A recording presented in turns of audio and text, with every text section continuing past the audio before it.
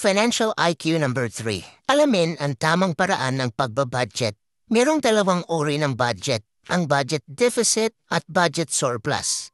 Ang budget deficit ay ang pagtaas ng expenses kumpara sa income. Kung gagawa tayo ng financial statement ng taong merong budget deficit, ito yun. Mababa ang kanyang asset at income. Tapos mataas ang kanyang liability at expenses.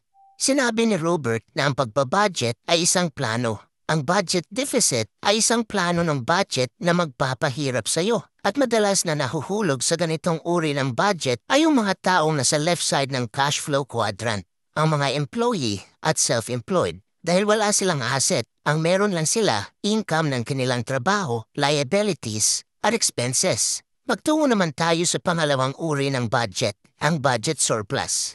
Ang budget surplus ay ang pagtaas ng income kumpara sa expenses. Kung babalikan natin ang financial statement, sinabi ni Robert Kiyosaki na ang budget surplus ay isang gastos at dapat gawin mo itong priority.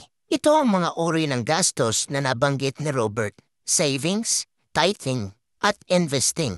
I agree na parang gastos talaga ang mga ito. Pero ang maganda sa ganitong uri ng gastos ay bumabalik ito sa iyo. Kaya hindi ka magtataka na kung bakit ang budget surplus ay uri ng budget na magpapayaman sa iyo. Kung sinabi ng ibang financial speaker dito sa Pilipinas na ihinto mo na ang pagbili ng milk tea o Starbucks coffee para makaipon ka ng pera, ito naman ang advice ni Robert. Okay lang na bibili ka ng coffee o i-maintain mo ang lifestyle na meron ka ngayon. As long as ginagawa mong priority ang pag-increase ng iyong income. Ika nga ng isang entrepreneur na si Dan Lok, you don't have a spending problem, you only have an income problem. Kaya bago mo i-deprive ang sarili mo at paniwalaan ang advice ng ibang speaker na huwag kang bumili ng milk tea, isipin mo muna kung good advice ba yun. Isa pa, hindi mo rin mai-increase ang iyong financial IQ kung puro lang pagtitipid ang ginagawa mo. Gawin mong priority ang pag-increase ng iyong income